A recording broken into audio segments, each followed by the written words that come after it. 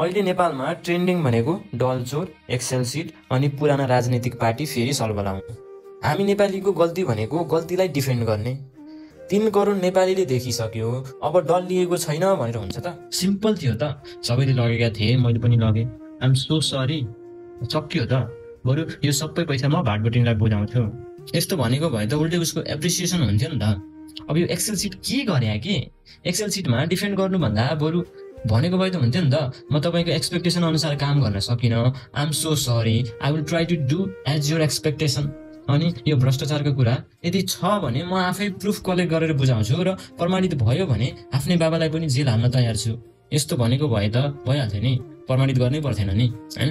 Main त यो पोलिटिसियनहरू हिजो हामीले गल्ती गरेका रहेछौँ, हामीलाई मार्छ नै भनेर भागेको फेरि किन फर्किएको के?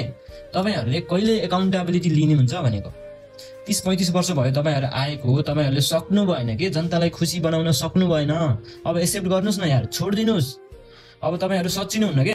अब तपाईँहरूले गर्न सक्ने सबैभन्दा राम्रो काम भनेको चुप लाएर रिटायर लाइफ बिताउनु, मैले नराम्रो काम गरेको रहेछु भनेर पश्चाताप गर्ने अनि नेपालीहरूसँग माफी माग्ने। तपाईँहरूले धेरै चान्स पाइसक्नु भयो के? अब तपाईँ चान्सहरू नलिनुहोस् के? र हामी सबै नेपालीले गल्ती के गरेका छौँ स्वीकार गरौँ, आफ्नो गल्तीको लागि चाहिँ जवाफदेही बनौँ, हैन? नेपालको चाहिँ जित होस्। Thank you so much.